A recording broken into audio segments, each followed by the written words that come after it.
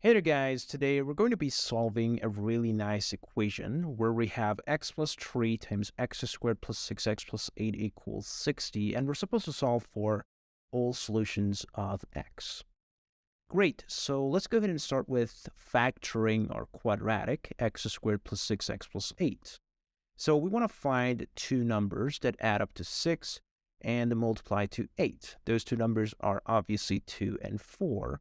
So I can say that we have x plus 3 times x plus 2 times x plus 4 on the left-hand side, and we have 60 on the right-hand side.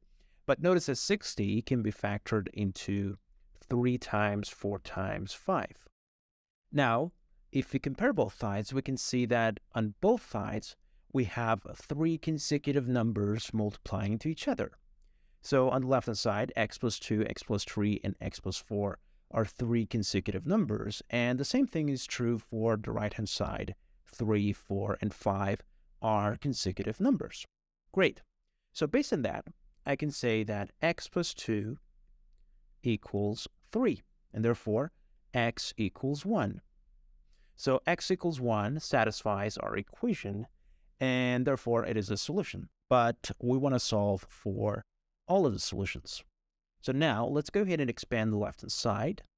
If we do that, we're going to have x cubed plus 6x squared plus 8x plus 3x squared plus 18x plus 24 equals 60.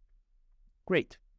Now, if you combine like terms, we're going to have x cubed plus 9x squared plus 26x plus 24. And if we subtract 60 from both sides, we get minus 60 equals 0. So that is going to be x cubed plus 9x squared plus 26x minus 36 equals 0. Now remember that x equals 1 is a solution. Therefore, the left-hand side should be divisible by x minus 1. Therefore, in order to solve for other solutions, we can divide the left-hand side expression by x minus 1. Now, we can use the long division. That's okay. But I'm going to go ahead and do something else. I'm going to go ahead and rewrite the left-hand side in a way that I can be able to factor out x minus 1. So first of all, I'm going to rewrite x cubed. And then I'm going to replace 9x squared with minus x squared plus 10x squared, because these two will add up to 9x squared. Then I'm going to replace 26x with minus 10x plus 36x, and we have minus 36 equals 0. Great. Now I'm going to go ahead and factor out a 36 out of these two to get x minus 1, and 10x out of these two to get x minus 1 again, right? And I'm going to factor out x squared out of these two to get x minus 1. Great. Now, x minus 1 is our common factor, so if we factor it out, we're going to have x squared plus 10x plus 36 equals 0. Now, based on the zero product property, x minus 1 equals 0, or x squared plus 10x plus 36 equals 0. From the first one, I'm going to get x equals 1. We already knew that.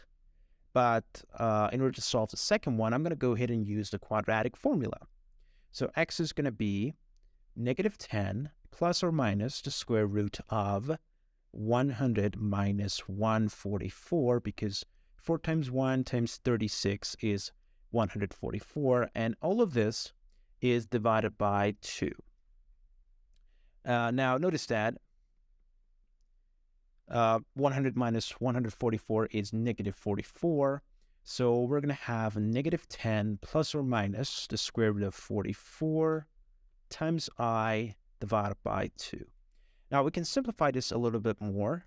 We can replace 44 with 4 times 11, and then take out square root of 4 and write it as 2.